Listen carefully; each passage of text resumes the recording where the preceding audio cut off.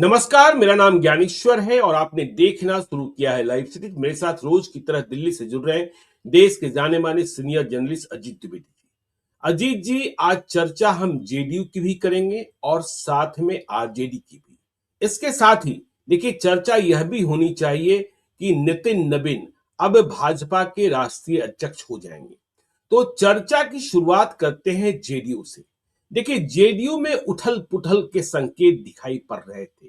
ऐसा लग रहा था कि आरसीपी सिंह जेडीयू में आ रहे हैं, स्वागत की तैयारियां चल रही हैं, कयास लगाए जा रहे थे।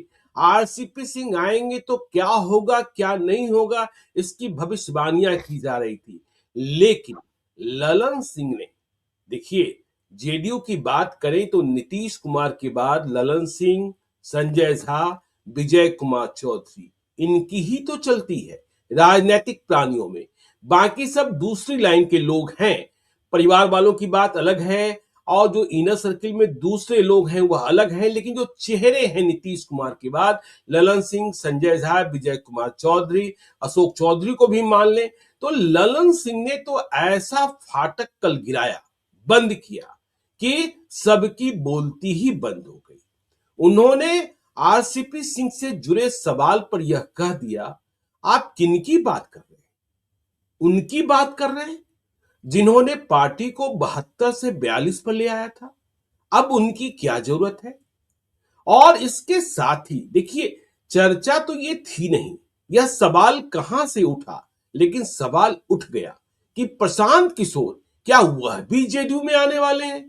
तो ललन सिंह ने कहा, कौन है प्रशांत किशोर? ये वो प्रशांत किशोर है जो नीतीश कुमार को मिट्टी में मिलाने की बात कर रहे थे। तो आरसीपी सिंह भी अभी जनसुराज में ही हैं। तो आरसीपी सिंह का फाटक बंद हो गया क्या? ललन सिंह ने जो कह दिया, देखिए, ललन सिंह कहते हैं तो मजबूती से कहते हैं। यदि ललन सिंह ने विधानसभा चुनाव के पहले कह दिया था कि लखीसराय का आतंक इस बार टिकट नहीं पाएगा, तो प्रहलाद यादव टिकट नहीं पाए, चाहे विजय कुमार सिन्हा, जिन्होंने आरजेडी से उन्हें इधर लाया था, कितनी ही कोशिशें करते रह गए। हाँ, अपवाद है। अरुण कुमार के मामले में क्या हुआ, यह भी समझने की बात है। तो आरसीपी सिंह को कौन ला रहा था? प्रशांत किशोर की बातें कौन कर रहा था? तो यह जेडीयू की बात होगी। दूसरी बात, आरजेडी की बात करेंगे, क्योंकि चर्चा यह है, खबर यह है कि तेजस्वी यादव पार्टी के अब राष्ट्रीय कार्यकारी अध्यक्ष बन सकते हैं 25 जनवरी को। लालू यादव राष्ट्रीय अध्यक्ष है। राष्ट्रीय कार्यकारी अध्यक्ष बन ही जाएंगे तो क्या होगा? लालू यादव ने तो पहले ही कह रखा है कि सब कुछ तेजस्वी यादव के हवाले है, फैसला उनको ही लेना है, फैसला वे ही लेते हैं। आरजेडी के बारे में सबको पता है कि देखिए, लालू यादव की बात कोई गारंटी नहीं है, लेकिन तेजस्वी यादव ने कह दिया तो उसे पक्का मानिए। तो जेडीयू से प्रारंभ करते हैं, आरजेडी की ओर जाएंगे और अंत में बीजेपी की बात भी कर लेंगे। अजीत जी, देखिए, जेडीयू की बातचीत हम लोग टुकड़ों टुकड़ों में कर रहे थे ज्ञानेश्वर जी, की जेडीयू में कुछ ऐसा होने वाला है। और ये बड़ी तेज चर्चा अचानक उठी कि आरसीपी सिंह के बयान से ही उठी, जब उन्होंने कहा कि हम और मुख्यमंत्री अलग नहीं है। फिर हम लोग ये भी जानते हैं कि दोनों के बीच टेलीफोन पर बात हुई है, एक आध बार, दो बार, उससे ज्यादा भी हुई हो सकती है। चुनाव के पहले उनको पार्टी में ले आने का एक प्रयास हो रहा था, ये भी हम लोग जानते हैं। लेकिन चुनाव वो उस समय जो प्रयास हो रहा था उसका एक कारण समझ में आता है, क्योंकि पार्टी एक वल्नरेबल पॉइंट पर थी। बीजेपी अनाउंस नहीं कर रही थी नीतीश कुमार का नाम, आरजेडी बड़ी स्ट्रांगली कंटेस्ट कर रही थी, तो हर आदमी अपनी पूरी ताकत का इस्तेमाल करना चाह रहा था, चाहेगा ही हर पॉलिटिकल पार्टी। और आपने जो अरुण कुमार वाली मिसाल दी, वो इसी यही कारण था ना, कि ले आया गया, उनको नहीं लाना था पहले। एक बार उनकी एंट्री को बैन रोक दिया गया था, और उस समय भी ललन सिंह ने अपना एक तरह से वीटो अथॉरिटी इस्तेमाल की थी कि नहीं, एंट्री नहीं होगी। उन्होंने क्या क्या कहा हुआ है नीतीश कुमार के बारे में और पार्टी के बारे में। लेकिन जब लगा कि जगदीश शर्मा का परिवार उधर चला गया तो इनको ले आना चाहिए, तो ले आया गया। राजनीतिक जरूरत के हिसाब से फैसले होते हैं, और चुनाव के पहले ज्यादा मजबूरी होती है अपने को राजनीतिक रूप से, चुनावी रूप से मजबूत करने की। अब जब इतना बड़ा मैंडेट मिल गया, तब किसी को लाने ले जाने की मजबूरी नहीं है। अब कोई आए नहीं आए उसकी किसी को जरूरत नहीं है अभी जेडीयू को, अभी की स्थिति में। तो स्थितियां बदल जाती हैं जब आप चुनाव के पहले थोड़ा स्टिकी विकेट पर रहते हैं, थोड़ा कमजोर रहते हैं, अपने वल्नरेबल रहते हैं, तो आप कोशिश करते हैं कि सब लोग आ जाए, उस समय की कोशिश को हम लोग छोड़ दें। जी। चुनाव के बाद अचानक चर्चा हम्म। होने का मतलब है, वो कारण ये है कि आरसीपी सिंह को अपनी ताकत का अपना अंदाजा हो गया। पहले भी खैर उनको बहुत भ्रम में रहने वाले नेता नहीं है, वो जमीनी सच्चाई जानते हैं, तो उनको अंदाजा रहा होगा, लेकिन उनको था कि कहीं अपनी जाति, अपना इलाका, अपना जो पुराना क्लाउड है, उनका बनाया हुआ जेडीयू का संगठन है, और प्रशांत किशोर की ताकत, उनका चुनाव लड़ाने की रणनीति, क्या पता हम सफल हो जाएं, कामयाब हो जाएं, तो एक नया पावर सेंटर बन सकते हैं। देखिए, अगर एक भी सीट उनकी बेटी अगर चुनाव जीत जाती, तो एक भी सीट पर वो पटना में पावर सेंटर हो सकते थे कुर्मी पॉलिटिक्स का, और नीतीश कुमार के लिए एक जेडीयू में उनकी जगह देखी जाती। वो नहीं हुआ, तो ये प्रयास निश्चित रूप से उनकी तरफ से हुआ है।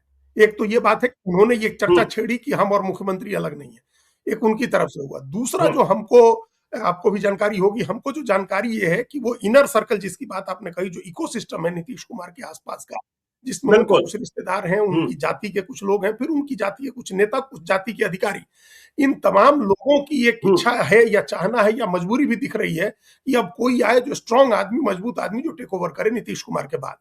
तो वो उनके पास ऑप्शन ज्यादा नहीं है, तो वो एक वर्ग है। और ये भी चर्चा सुनी हमने कि नीतीश जो इंटेलेक्चुअल हैं, कुर्मी इंटेलेक्चुअल, चाहे वो पटना में बैठे हो, लखनऊ में बैठे हो या दिल्ली में बैठे हो, सबको लग रहा है कि नीतीश कुमार की विरासत है, उस पार्टी को संभाल के रखना है।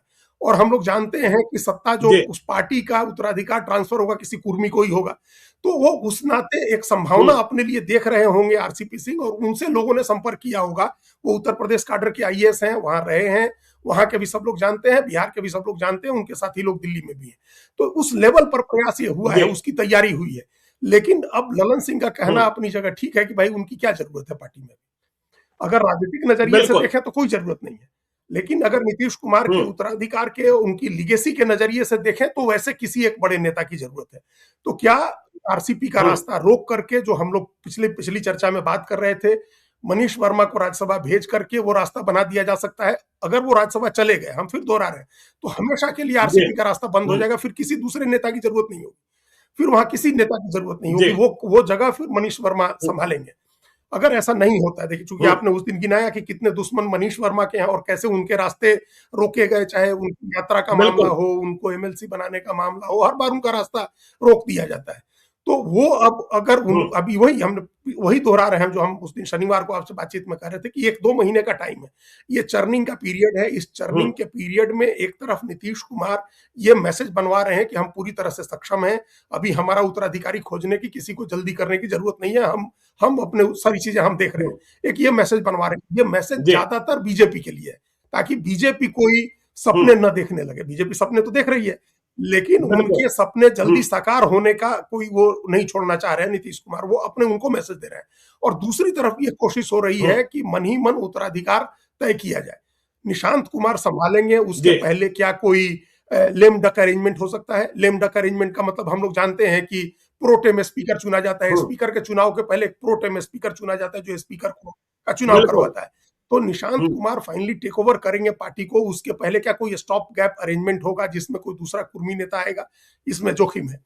इसलिए ये जोखिम इसलिए है क्योंकि जो भी जिन लोगों के नाम हैं, आरसीपी हो चाहे मनीष वर्मा हो, आ गए तो फिर उसके बाद छुड़ाना मुश्किल होता है, थोड़ा दिक्कत हो जाएगी। इसलिए भी कुछ लोग चाह रहे होंगे, अगर ललन सिंह सचमुच शुभचिंतक है, हितैषी है नीतीश कुमार के, जो कि है, तो वो निश्चित रूप से किसी और को स्टॉप गैप अरेंजमेंट में भी किसी कुर्मी को नहीं आने देंगे।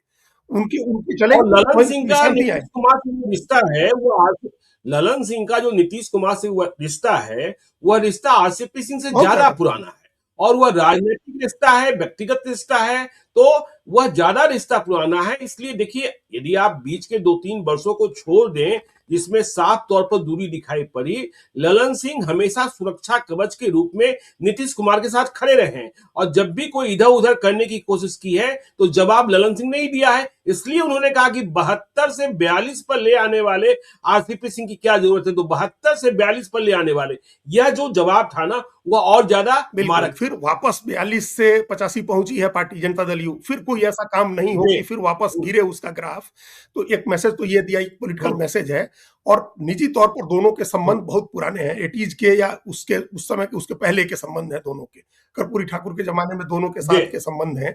और अभी देखिए कंट्रोवर्सी भी खड़ी करने की कोशिश की गई, तो क्या कंट्रोवर्सी कोशिश खड़ी की गई थी कि निशांत कुमार को मकान गिफ्ट किया, तो किसने किया? कोई दूसरे किसी के नाम तो नहीं है, ललन सिंह का ही नाम आया। तो इसका मतलब कि बिल्कुल। परिवार में भी वो एक परिवार के सदस्य की तरह है।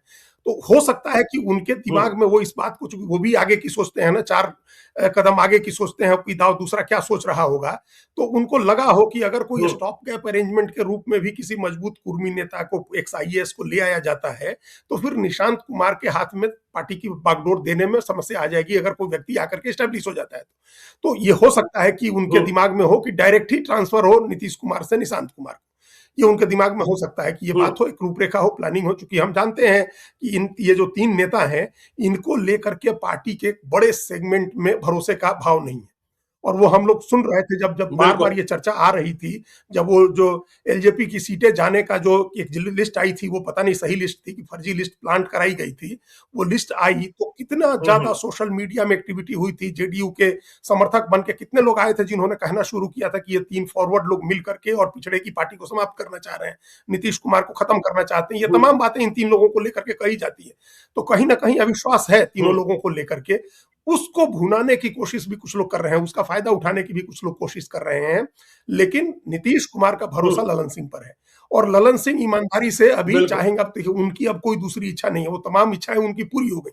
अब उनको भी पता है कि मुख्यमंत्री नहीं बन सकते हैं, प्रधानमंत्री नहीं बन सकते हैं। उसके बाद जो बना जा सकता है सो तो बन ही गए भैया, वो प्रधानमंत्री के साथ हैं। और नीतीश कुमार की गैरहाजिरी में हम लोगों ने देखा कि बिहार में पटना की सड़कों पर रोड शो में रिप्रेजेंट किया जेडीयू को ललन सिंह ने। जब नीतीश कुमार नहीं आए तो ललन सिंह ने रिप्रेजेंट किया। तो उनको जो महत्वाकांक्षाएं उनकी थी वो सब पूरी हो गई। वो प्रदेश राष्ट्रीय अध्यक्ष रह चुके, केंद्र में मंत्री हैं, प्रदेश में मंत्री रह चुके। तो अपने लिए अब उनको नहीं चाहिए। अब वो जेडीयू बचे, नीतीश कुमार की लीगेसी बचे, और उनसे ट्रांसफर हो तो उनके बेटे को ट्रांसफर हो, यह निश्चित रूप से इसका रोड मैप उनके दिमाग में होगा। इसलिए वो तमाम ऐसे लोगों के रास्ते रोकेंगे जो आकर के रोड़ा बन सकते हो निशांत कुमार की राह में। एक हमको एक माने ये हमारी अपनी समझ है। हो सकता है कि इससे कोई entirely different plan Lalan Singh के दिमाग में हो, लेकिन ऐसे वो अनायास कुछ भी बोलने वाले व्यक्ति नहीं है कि अनायास कुछ बोल दें कि वो उनका रास्ता बंद करने के लिए। अब उसी में ये जो प्रशांत किशोर वाली बात है, ये भी अनायास तो नहीं निकली। जी, ये बड़ा इंटरेस्टिंग है, ये बड़ा इंटरेस्टिंग है। कहाँ से ये जिक्र शुरू हो गया और कहाँ से ये चर्चा शुरू हो गई कि प्रशांत किशोर की देखिए बातचीत कांग्रेस से चल रही है, प्रियंका गांधी से मुलाकात हुई, चर्चा तो यह थी। लेकिन ललन सिंह से सवाल पूछा गया और ललन सिंह ने फिर उसी भाव में जवाब दिया, ये है कौन, मैं जानता ही नहीं हूँ। ठीक बात है, तो वो भी अनायास नहीं होगा, न सवाल पूछा जाना अनायास है, न उसका जवाब अनायास है। तो इसका मतलब कहीं ना कहीं ये भी लगा होगा कि एक ऐसे व्यक्ति को भी ले आया जाए जो जिसके साथ नीतीश कुमार कंफर्टेबल हो और जिसने काम किया हो उस सिस्टम में रह के। उनके आने पर भी फिर ये जो जो दूसरा आउटर सर्किल हम लोग देख रहे हैं, जो पार्टी का चेहरा जो लोग हैं, जिन 3 लोगों को, वो उनको इरेलीवेंट करने की कोशिश हो जाएगी। हालांकि हमको जहां तक जानकारी है, प्रशांत किशोर अभी अपनी ही राजनीति को वापस से रिवाइव करने में लगे हैं। अगर उनको उनको कांग्रेस के साथ भी अगर जाना है, वो अल्टरनेटिव पॉलिटिक्स करनी है, उनको ऐसी पॉलिटिक्स करनी है जो बीजेपी से इतर हो। उनको एक स्पेस उसी का दिख रहा है। एंटी बीजेपी जो अभी एंटी एनडीए जो स्पेस है जिसमें पॉलिटिक्स कांग्रेस कर रही है या तेजस्वी यादव कर रहे हैं या लेफ्ट का, उसी स्पेस में वो जाना चाह रहे हैं। और अभी आप देखिए, ये जहानाबाद वाले कांड पर भी अगर वो नहीं जाते तो मामला थोड़ा इतना बड़ा होने वाला था। अगर वो नहीं जाते तो वो गए, उन्होंने एक बंद होती फाइल को वापस जिंदा किया, आज चारों तरफ उसकी चर्चा हो रही है। तो वो ऐसा नहीं करते। तो वो इस सरकार के खिलाफ फिर से पहले दिन से, आज अपोजिशन के जो मेन नेता हैं तेजस्वी यादव, वो घर बैठे हुए हैं हनीमून पीरियड दे करके। और जो फ्रिंज एलिमेंट है, जो 3.5% वोट की और 0 एमपीएलए वाली पार्टी सड़क पर उतर के इसका आंदोलन इसके लिए कर रही है। तो प्रशांत किशोर ने किया है, वो नहीं करते। अगर इस तरह का होना होता तो वो शायद नहीं करते। लेकिन कहीं ना कहीं कोई संशय रहा होगा दिमाग में कि वापसी की कोशिश हो सकती है, क्योंकि चुनाव के बाद रीअलाइनमेंट होते हैं। तो ऐसा कोई रीअलाइनमेंट नहीं हो, इसका भी रास्ता उन्होंने पहले से बंद कर दिया है। तो जेडीयू में तो अभी तो यथास्थिति रहनी है ज्ञानेश्वर जी। हमको लग रहा है कि यथास्थिति रहेगी और राज्यसभा चुनाव निकलेगा। राज्यसभा चुनाव में क्या होता है, कौन जाता है राज्यसभा में, कैसे तय होता है आदमी, उससे तय होगा उत्तराधिकार का आगे का क्या। तब तक अप्रैल में एंड में बंगाल का चुनाव भी हो जाएगा, तब तक तब तय होगा कि क्या कैसे चीजें बदलेंगी जेडीयू। मनीष वर्मा के साथ साथ दूसरे वर्मा जी पर भी ध्यान रखना होगा, कहीं वे वर्मा जी पार्टी में ना आ जाएं और फिर राज्यसभा पहुंच ना जाए। पहले भी राज्यसभा गए हैं, तो उन पर भी ध्यान रखे जाने की जरूरत है। जब आरसीपी सिंह और प्रशांत किशोर की चर्चा होती है तो उस वर्मा जी को कैसे छोड़ सकते हैं नहीं, आप जिक्र नहीं, में लाए उनकी बिना। उनकी चर्चा, पवन वर्मा जी की चर्चा हमेशा प्रशांत किशोर के साथ होगी, क्योंकि जो बिल्कुल। उनका नीतीश कुमार के साथ तो संबंध बड़ा दूसरे तरह का था ना। जब नीतीश कुमार भूटान गए थे तो पवन वर्मा उस समय भूटान के राजदूत जी। थे, तो वहीं रुके, जो राजदूत का हम्म। आवास है वहीं रुके नीतीश कुमार। और इनकी अध्ययनशीलता, हम्म। इनकी डिप्लोमेसी, इनका ये सब देख करके बड़े प्रभावित हुए। तो ले आए अपने यहाँ कल्चरल सेक्रेटरी, अपना कल्चरल एडवाइजर बनाया, फिर उनको राज्यसभा भेजा था। और वो ऐसे निर्लिप्त व्यक्ति की हम्म। न सत्ता से उनको कोई मोह नहीं है। ज्ञानेश्वर जी, हम बता रहे हो, एक दिन जो एमपी वाला बंगला था उसमें रहने नहीं गए थे। उनकी अपनी कोठी है बसंत बिहार में, जहां अच्छा। वो रहते हैं। तो वो प्रशांत किशोर के साथ है। अगर ये हम्म। बात प्रशांत किशोर से आपने हम्म। निकाली है, चूंकि कल प्रशांत किशोर का जिक्र आया इसलिए आपने पवन वर्मा का जिक्र निकाला, तो बिल्कुल। प्रशांत किशोर तृणमूल में हम्म। थे तो पवन वर्मा तृणमूल में गए। प्रशांत किशोर जेडीयू में थे तो हम्म। प्रशांत किशोर, पवन वर्मा दोनों जेडीयू में थे। दोनों निकले तो साथ निकल के तृणमूल में गए। दोनों वहां से निकले तो अपनी पार्टी हम्म। बनाई। अब जहां जाएंगे वहां दोनों साथ जाएंगे। तो मूवमेंट पर तो नजर रखनी होगी हम्म। प्रशांत किशोर के भी और उनके भी। तो चलिए, पवन वर्मा के मूवमेंट पर भी नजर रखनी होगी। अब चलते हैं दूसरे विषय की ओर, आरजेडी की ओर। चर्चाएं चल रही हैं। देखिए, हनीमून पीरियड दे रखा है तेजस्वी यादव ने बिहार की सरकार को, जो 20 वर्षों से सरकार में है। और विपक्ष की भूमिका में आपने ठीक ही कहा, यदि नीट मामले में प्रशांत किशोर ने मुद्दा न उठाया होता तो फाइल बंद हो गई थी। और सोशल मीडिया ने यहां अपना असर दिखाया, लेकिन विपक्ष मौन रहा। और विपक्ष ने कई दिनों के बाद एक विज्ञप्ति जारी की, फिर इसके बाद और भी मौन साध गए। तो अब यह चर्चा चल रही है कि देखिए, तेजस्वी यादव पार्टी के भीतर बड़ा निर्णय चाहते हैं। अब देखिए, कहा जा रहा है कि जो काम करने वाले लोग नहीं है उन्हें पदों से छुट्टी मिलेगी। पहले क्यों रखा था भाई, जो काम करने वाले लोग नहीं है, हाँ? और कहा जा रहा है कि 25 तारीख को वह राष्ट्रीय कार्यकारी अध्यक्ष बन सकते हैं। देखिए, इसमें कोई शक नहीं, आरजेडी एक क्षेत्रीय पार्टी है, इसमें कोई शक नहीं। आरजेडी एक पारिवारिक पार्टी है, वहां कोई दूसरा आ नहीं सकता है, दूसरा बन नहीं सकता है। तेजस्वी यादव आज भी सर्वे सर्वा हैं। लालू यादव कितने फैसले लेते हैं ये हमें और आपको नहीं, सबको पता है। तो तेजस्वी यादव यदि राष्ट्रीय कार्यकारी अध्यक्ष बन भी जाते हैं तो क्या परिवर्तन होगा, और इससे आरजेडी को कितनी ताकत मिलेगी, और इसका परिवार के भीतर क्या असर दिखेगा, इसे समझने की आवश्यकता है। जी जी, देखिए, आपने बात एकदम सही कह दी कि कोई पार्टी के ऊपर उसका नहीं असर, वो सारे फैसले तो खुद ही करते हैं। तो पद पर बैठ जाएंगे तो क्या असर हो जाएगा? जी। असर परिवार के भीतर होगा। परिवार का जो जी। इंटरनल कॉन्फ्लिक्ट है वो और बढ़ेगा, क्योंकि हम लोग जानते हैं कि मीसा हम्म। भारती ये पद चाहती थी। मीसा भारती चाहती थी हम्म। कि उनको कार्यकारी अध्यक्ष बना दिया जाए, राष्ट्रीय कार्यकारी अध्यक्ष। और ये पिछले साल के चुनाव के काफी पहले से वो चाह रही थी। और एक दिन का घटनाक्रम आपको ध्यान हम्म। होगा, जब वो जिस दिन राबड़ी देवी की पेशी ईडी के सामने होनी थी, उसके पहले घर में इस बात को लेकर के कलह हुई थी। और ये हम लोगों ने खबर सुनी थी कि मीसा भारती घर छोड़ करके होटल में चली गई थी। अब उसकी पुष्टि तो कोई करता जी। नहीं है, लेकिन अब इस तरह की बात चर्चा बिल्कुल। आई थी। और वो इस वजह से कि वो चाहती थी कि भाई इनको, इनके मुख्यमंत्री बनने के रास्ते में हम कोई अड़चन नहीं लगाएंगे। तेजस्वी यादव को मुख्यमंत्री बनना है, हम्म। आरजेडी जीतती है तो ये मुख्यमंत्री बने, हमको कोई इसमें परेशानी नहीं है। लेकिन दिल्ली की राजनीति जब हमारे हम्म। हवाले हो जाए, हम दिल्ली का देखें, हमको राष्ट्रीय कार्यकारी अध्यक्ष बना दिया जाए, पार्टी का संगठन हम देखें और दिल्ली की राजनीति हम करें। अगर इनको यहाँ प्रदेश में मुख्यमंत्री बनना है हम्म। तो बहुत फेयर एनफ है, मतलब बहुत लॉजिकल है कि ठीक है, आप जब उनको भी आपने राजनीति में ले आया है तो उनकी कोई भूमिका होनी चाहिए। तो वो चाहती थी। बिल्कुल। अभी तक वो बड़ा, उनकी बड़ी हम्म। रणनीतिक, जो उनको स्ट्रेटेजिक साइलेंस जिसको बोलते हैं, वो रहा है। उनकी रणनीतिक चुप्पी रही है। वो झगड़े में नहीं गई जिस तरह से तेज प्रताप गए या रोहिणी आचार्य गई। मीसा भारती झगड़े में उस तरह से जी। नहीं गई। वो रही, उन्होंने ये हम्म। दिखाया कि हम परिवार भी संभाल रहे हैं और पार्टी में भी जहां हमको अगर साइलेंट रहने की जरूरत है तो हम साइलेंट हैं। तो ये एक स्ट्रेटेजिक उनका मूव हम्म। था। लेकिन अगर राष्ट्रीय अध्यक्ष बनने की तरफ एक कदम और बढ़ाते हैं, तेजस्वी यादव राष्ट्रीय कार्यकारी अध्यक्ष बनते हैं, तो फिर इसका मतलब तो ये हुआ ना कि आप पहले मुख्यमंत्री मांगते रहे, जब हार करके 25 सीट पर आ गए तो अब हमको राष्ट्रीय अध्यक्ष बना दीजिए। ये मूव तो पहले भी हो सकता था। जी। पहले नहीं हुआ क्योंकि पहले आपको लग रहा था बिल्कुल। कि हम मुख्यमंत्री हो जाएंगे। तो जब मुख्यमंत्री नहीं हुए तो हम्म। आप राष्ट्रीय कार्यकारी अध्यक्ष बनने की तरफ आपने एक मूव कर दिया। और जो झगड़े हुए हैं या हम्म। जो सवाल उठे, उन सवालों को निपटाए बगैर आप अपना प्रमोशन चाहते हैं। ये भले भले हम्म। आधिकारिक रूप से तो वो सारे फैसले लेते हो, डिफैक्टो अभी प्रेसिडेंट हो बोले, लेकिन कागज पर तो आप अध्यक्ष नहीं, बिल्कुल। अध्यक्ष तो लालू यादव हैं। और आपका, आप जिस पोजीशन में हैं, जी। आप उससे एक एलिवेशन चाहते हैं, आप प्रमोशन चाहते हैं, आप अपने लिए एक बड़ा पद चाहते हैं। तो किस उपलब्धि पर आपको ये पद दिया गया? आपने कौन सी उपलब्धि हासिल की है?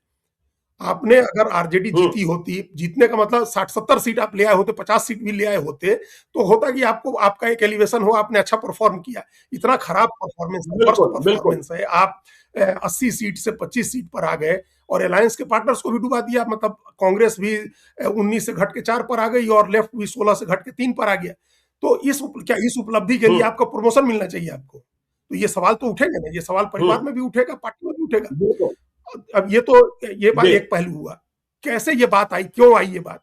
ये बात इसलिए आई, आप याद करिए हम हम्म लोग जब चर्चा कर रहे थे पिछले हफ्ते, तो ये हमने कहा था इस बात, जब आपने कहा कि आप बड़ी बात कर रहे हैं, ये परिवार के भीतर सहमत के खेल का एक दाव है, अपने परिवार के भीतर अपना पावर एस्टेब्लिश करने की कोशिश है। इनको लग रहा है कि आइसोलेट करने की कोशिश हो सकती है परिवार में। जो जो जो बिल्कुल कहा तेज बिल्कुल। प्रताप ने कि लालू यादव की असली पार्टी जेजेडी है और जेजेडी में जो है विलय कर हम्म लेना चाहिए आरजेडी का, तो ये हम लोग की चर्चा के बाद की बात है। ये कोई ऐसी बात नहीं थी जो नहीं हो सकती है। मतलब विलय हो न भले ना हो, हम्म। लेकिन ये असली पार्टी तेजस्वी यादव, तेज प्रताप यादव असली नेता बनने की कोशिश करें और उनके पीछे रोहिणी आचार्य और मीसा भारती का बल लग जाए और लालू यादव भी मौन सहमति दें, फिर तेजस्वी यादव की क्या राजनीति रहेगी? ये इसलिए कहते हैं क्योंकि सही बात है, वोट बैंक तो लालू लालू यादव यादव का का है, वोट है, बैंक लालू लालू यादव यादव का का है। है।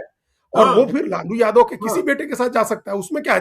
अगर तेजस्वी नहीं कर पा रहे हैं तो तेज प्रताप करेंगे, मीसा भारती करेंगी।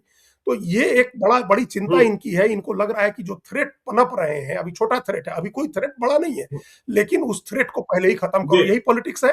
कोई अपना, अगर बहुत होशियार हम्म लोग होते हैं तो वो बहुत आगे की सोच करके अपने संभावित थ्रेट को नष्ट करते हैं। तो तेजस्वी यादव अपने संभावित थ्रेट हम्म। को नष्ट करना चाह रहे हैं, लेकिन ये बड़ी होशियारी नहीं होगी।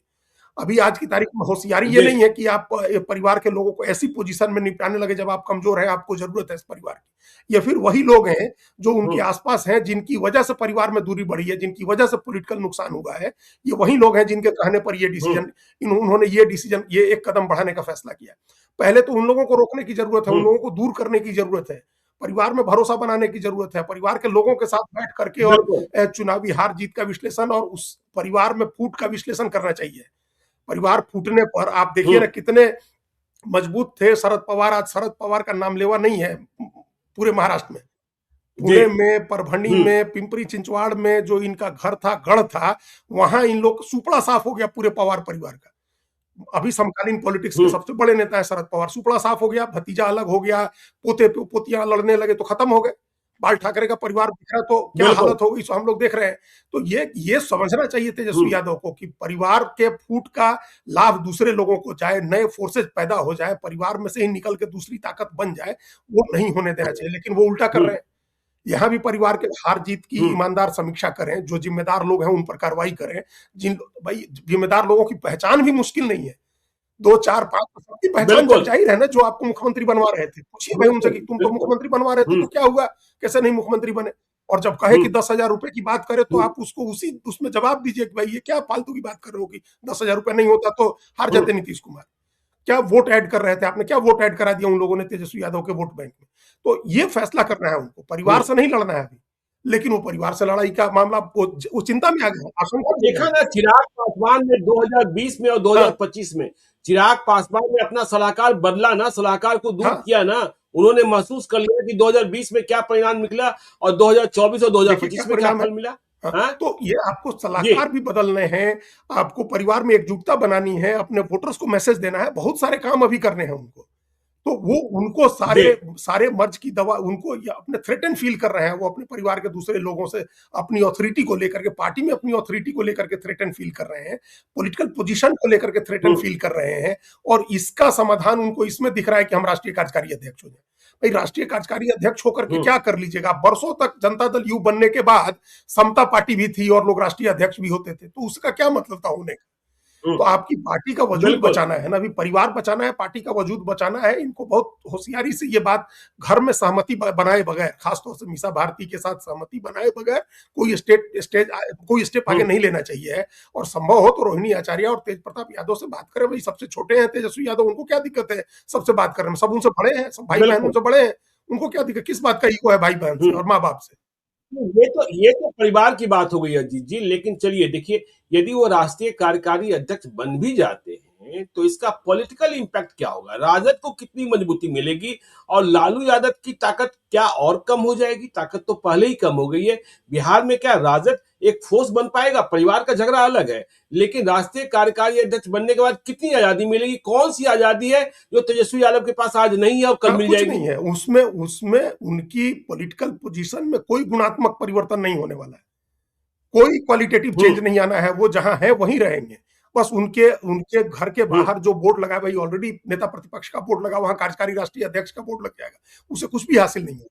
हम्म, उल्टा ये मैसेज जाएगा कि आप बिल्कुल। लालू यादव की ऑथोरिटी को और कम कर रहे हैं। अभी थोड़े दिन पहले ही तो एक बड़ा हम्म, चुनाव करके और लालू यादव को फिर से राष्ट्रीय अध्यक्ष चुना गया है, तो उनको रहने दीजिए। सबको पता है कि वो एकदम सेरेमोनियल पोस्ट हो गया, राष्ट्रीय अध्यक्ष का एक सजावटी पद है, लालू यादव उस पर बैठे हुए हैं। आप उस अथॉरिटी को भी क्यों कम करना चाह रहे हम्म, हैं? यादव मतदाताओं के बीच में भी इसका मैसेज कोई अच्छा नहीं जाएगा कि आप लालू यादव के रहते राष्ट्रीय अध्यक्ष बनने लगे, राष्ट्रीय कार्यकारी अध्यक्ष बन गए। तो पार्टी के ऊपर भी इसका कोई बहुत हम्म, असर, पार्टी के ऊपर तो कोई भी असर नहीं पड़ेगा। ये अपने निजी अपनी पोजीशन को स्ट्रांग करने के लिए, जो थ्रेट फील कर रहे हैं उसको दूर करने के लिए, परिवार और पार्टी दोनों में अपनी पोजीशन थोड़ी और ऊंची करना चाहते हैं। लेकिन कोई आदमी इस पर सवाल उठाएगा हम्म, कि किस उपलब्धि पर प्रमोशन होगा आपका? उपलब्धि होनी चाहिए ना प्रमोशन होने के बिल्कुल। लिए, कोई उपलब्धि नहीं है बताने के लिए आपके पास। हम्म, ये आपकी जिद है, आपको पावर है, हम्म, आपको लग रहा है कि हम हथियार लेंगे और हम ताकत के जोर से हम ये पद हासिल कर लेंगे। इसका कोई फायदा नहीं होगा, न पार्टी के स्तर पर, और परिवार में विभाजन और बढ़ जाएगा। हम्म। तो चलिए देखिए, परिवार में और पार्टी दोनों में विभाजन बढ़ जाएगा। अब चलते हैं भाजपा की ओर। नितिन नबीन, बिहार के नितिन नबीन अब भाजपा के राष्ट्रीय अध्यक्ष। देखिए, बिहार के लिए गौरवशाली क्षण है और वह भाजपा जो बिहार को अपना नेता नहीं दे पा रही थी, उस भाजपा ने बिहार से देश को नेता दे दिया है। और नितिन नबीन की सीढ़ी अब आगे कहां तक जाएगी यह समझा जा सकता है। तो नितिन नबीन का अध्यक्ष बनना, इसकी जरूरत पर पहले भी हम लोगों ने चर्चा की है। हम लोगों ने वह बयान भी सुना है असम के मुख्यमंत्री का, जब नितिन नबीन के कार्यकारी अध्यक्ष बनने की बात आई तो वह पूछ रहे थे हैं कौन ये नितिन नबीन। तो नितिन नबीन अब राष्ट्रीय अध्यक्ष। जब पार्टी की बैठक होगी तो जब तक आसीन नहीं होंगे नितिन नबीन, प्रधानमंत्री नरेंद्र मोदी और अमित शाह भी इंतजार करेंगे। नितिन नबीन, अजीत जी। देखिए, ये भारतीय जनता पार्टी के लिए भी एक जनरेशनल शिफ्ट का समय है। हम लोग इस पर चर्चा कर चुके हैं, पीढ़ीगत जी। परिवर्तन का समय है। हम्म, और पार्टी ने एक स्ट्रेटजी के हम्म, तहत, एक रणनीति के तहत एक युवा चेहरे को सामने लाना था, वो लेके आए। बिहार के लिए गौरव का इसलिए क्षण हम्म, है क्योंकि हम लोग मानते हैं कि तमाम सब आदमी तारीफ करता है कि बिहार के लोग पॉलिटिकली इतने जागरूक हैं, सजग हैं, इतने समझदार हैं, इतने विद्वान हैं, ज्ञानी हैं, देता कोई कुछ नहीं है हम्म, बिहार को। तो ये बिल्कुल। एक बड़ी बात है कि भारतीय जनता पार्टी ने अपना राष्ट्रीय अध्यक्ष बिहार से चुना है। अब इसके पीछे उनकी हम्म, क्या सोच काम कर रही थी, वो कोई नहीं जान पाएगा, क्योंकि ये दो लोगों के दिमाग की बात है। जी। आज ही हमारी राम माधव हम्म, से एक कार्यक्रम में हम लोग साथ में थे, एक सवाल पूछा गया था कि भाई ऐसा क्या संघ को बाईपास करके किया गया, या कैसे डिसीजन, किस तरह से नितिन नवीन का डिसीजन हो गया। उन्होंने कहा कि कोई किसी को बाईपास नहीं किया गया है, और जहां परामर्श होना चाहिए है उस सब परामर्श के बाद नितिन नवीन का चयन हुआ है। उन्होंने कहा कि हाँ, उन्होंने अच्छा। कहा लोगों ने ये फिर दूसरा काउंटर प्रश्न हुआ कि सलाह नहीं ली गई, सूचना दी गई संघ को। तो उन्होंने कहा कि सूचना भी देने की क्यों जरूरत है? हम्म, सूचना भी परामर्श का ही एक हिस्सा है। आपने बिल्कुल। सूचना दी कि हम इनको बता रहे हैं, इसका मतलब कि आप राय ले रहे हैं। तो इसका मतलब है कि हम्म, संघ के परामर्श से, भारतीय जनता पार्टी के शीर्ष नेतृत्व की पसंद से नितिन नवीन राष्ट्रीय अध्यक्ष बनेंगे। मतलब कल औपचारिक रूप से घोषणा हम्म, होगी, नॉमिनेशन तो उनका हो गया और कोई दूसरा नॉमिनेशन है नहीं, उन्हीं का नाम है, तो कल औपचारिक रूप से घोषणा हो जाएगी और जी। राष्ट्रीय परिषद की बैठक में उनके नाम पर मुहर भी लगा दी जाएगी। ये रणनीतिक रूप हम्म, से एक अच्छा बड़ा फैसला है। और बिहार के लिए, देखिए, बिहार के लिए सबसे बड़ी बात यह है कि जो आपने कहा कि बीजेपी अपना नेता बिहार में नहीं दे पाती थी, अब बिहार में बीजेपी की बिल्कुल। लीडरशिप बहुत मजबूत होगी, बहुत स्ट्रांग होगी। और ये राष्ट्रीय अध्यक्ष हैं, इसकी हम्म, वजह से होगी। अब बीजेपी ने ये बिहार के लोगों को दिखाया है कि नेतृत्व का संकट नहीं है। लोग पूछते थे ना कि भाई नेता लालू यादव है या नेता नीतीश कुमार है, कौन है? बीजेपी का नेता बिल्कुल। कौन है? लालू यादव, नीतीश कुमार टाइप का। जी। तो एक लीडरशिप का वैक्यूम दूर कर दिया है भारतीय जनता पार्टी ने। वहां बिहार में भी सम्राट चौधरी को उप मुख्यमंत्री बना करके अपना नेता बना दिया है। और बिहार से अब नेता दे करके, हम्म, ये जो चिरंतन सवाल है, जिस पेरेनियल प्रॉब्लम जिसको बोलते हैं बीजेपी का था लीडरशिप का, उसको तो खत्म ही कर दिया भाई। अब जिस प्रदेश से राष्ट्रीय अध्यक्ष बिल्कुल। बीजेपी ने चुना, वहां नेता की क्या कमी है? और दूसरे, एक संभावना ये हम्म, भी है, अभी संभावना ही हम कहेंगे, कि बिहार के लोग आएंगे उनकी कमिटी में। आज फिर हम बताएंगे, कुछ और लोग थे जो राष्ट्रीय परिषद के बैठक के लिए आए हुए हैं दिल्ली। वो लोग बता रहे थे कि कल हम्म, पार्टी ऑफिस में गए तो वहां नितिन नवीन के ऑफिस के आसपास बिहार के लोग बहुत दिख रहे थे। हमने कहा कि अच्छी बात है, अब बिहार के बिल्कुल लोगों की भी पूछ जी। दीनदयाल उपाध्याय मार्ग में भारतीय जनता पार्टी के मुख्यालय में बढ़ेगी। पहले नहीं थी। पहले हम लोग फ्रिंज पर थे, जी। हम लोग हाशिए पर थे, मतलब दूर से देख रहे थे। अब हम्म, अब एकदम सेंटर में है। हम्म, और एक बात है कि हम लोग देखे हुए हैं कि सोनिया गांधी, राहुल गांधी का एक्सेस बड़ा मुश्किल होता था कांग्रेस में, कोई एक्सेस नहीं कर पाता था। लेकिन अगर अगर अमेठी जी। और रायबरेली का आदमी आए तो उसको तुरंत एक्सेस होता था, उसके लिए एक अलग सेल बना हुआ था। अमेठी बिल्कुल रायबरेली के लोगों के सारे काम होते थे। तो देश भर के आदमी को भले मुश्किल होगी नितिन नवीन के पास जाने में, बिहार के आदमी के लिए कोई मुश्किल नहीं होगी। बिहार का आदमी के लिए उनको हमेशा आज एक्सेसिबल भी रहना होगा। आज भी नीतीश कुमार से दूसरे लोग मिलना चाहें हाँ, तो लेकिन मुश्किल है। नालंदा लेकिन बात यदि जी, हरनौत जी। और नालंदा की हाँ, आती है तो उनको बुलावा तुरंत जाता तुरंत हाँ, जाता तो है। वही हाल है, वही बिहार के लोगों की जी। स्थिति अब ये है कि बिहार का आदमी जब चाहेगा उनको हम्म, एक्सेस करेगा। और फिर वो आएँगे कहाँ? उनको आना तो बिहार ही है ना, हर हफ्ते वो बिहार आएँगे, अपने घर आएँगे, तो बिल्कुल। वहाँ मिल सकते हैं। तो हम्म, बिहार के हम्म, लोगों के लिए एक राजनीति में कदम दर कदम बढ़ा करके सीढ़ी पर चढ़ के ऊपर जाने का एक रास्ता मिल गया है लोगों को, बिहार के लोगों को। एक सीढ़ी मिल जी। गई है राजनीति में हम्म, सफल होने की। और इसका लाभ बीजेपी को, हम्म, पूरी पॉलिटिक्स को मिलेगा। बिहार की पूरी पॉलिटिक्स में बीजेपी को इसका लाभ मिलेगा। पहले लोगों को लगता था कि कैसे हम्म, एक्सेस करेंगे गुजरात के अमित शाह को या नरेंद्र मोदी को या कहीं और का अध्यक्ष है तो उसको कैसे एक्सेस करेंगे। अब ये एक्सेस का संकट खत्म हो जाएगा, लोगों में एक चाह बढ़ेगी, उस उम्र के कम उम्र के लोगों में चाह बढ़ेगी कि भाई पहले बीजेपी ने 49 साल के अमित शाह को बनाया, 45 साल के नितिन नवीन को अध्यक्ष बना दिया, क्या पता अगली बार 40 साल के आदमी को बना दे। तो ये जो नौजवान जो बिल्कुल। जेन जी एक जो टर्म चला है, हम लोग आजकल सब आदमी बोल ही रहा है, हम्म, जनरेशन जी जो है, जनरेशन जेड हम्म, जिसको कहें, वो जनरेशन और उसके पीछे वाली मिलेनियम जनरेशन जो है, इस जनरेशन के लोगों का जो राजनीति से मोह भंग हो रहा था या लग रहा था कि नौजवानों के लिए जगह नहीं है, बूढ़े राज करते हैं, उन सब के लिए एक उम्मीद रहेगी नितिन नवीन के आने से। और नितिन नवीन गो टू मैन है, जो गो टू मैन कहा जाता है, सो नरेंद्र मोदी और अमित जी। शाह के गो टू मैन है। उनको जो जो उनका पार्टी तय करेगी अध्यक्ष के नाते, उसमें उनका उनका से होगा और उसको इंप्लीमेंट कराने में वो कोई कोताही नहीं करेंगे। वो काबिल आदमी है और वो छत्तीसगढ़ में उन्होंने साबित किया है, अपने राजनीतिक करियर में साबित किया है। वो भारतीय जनता पार्टी के लिए असेट होंगे, भले हेमंत बिस्वा शर्मा नहीं जानते हो या वो प्रिटेंड कर रहे हो कि हम नहीं जानते हैं कौन है। लेकिन अब बिल्कुल। ये पता नहीं हम्म, कैसे वो प्रिटेंड कर रहे थे भाई, छत्तीसगढ़ के सह प्रभारी थे और इतना अच्छा काम किया उन्होंने छत्तीसगढ़ में। हम्म, नॉर्थ ईस्ट में भी सिक्किम के सह प्रभारी रहे सिक्किम, नितिन नवीन वहाँ। प्रभारी है, तो बिल्कुल। कैसे नहीं जानते थे, वो प्रिटेंड कर रहे होंगे हो सकता है, लेकिन अब सारा देश जानता है नितिन नवीन को। तो चलिए देखिए, सारा देश जानता है बिहार की सियासत क्या है, कैसे है और आगे क्या सब देखने को मिल सकता है। ये आज हम लोगों ने समझने की कोशिश की है, आगे भी समझते रहेंगे। आप देखते रहिए लाइव सिटीज को। यदि अब तक आपने हमारे यूट्यूब चैनल लाइव सिटी को सब्सक्राइब नहीं किया है तो जरूर कर लीजिएगा। और यदि इस वीडियो को आप फेसबुक पेज के माध्यम से पेज को लाइक कीजिएगा, हैंडल एक्स पर भी हमें फॉलो कीजिए। धन्यवाद।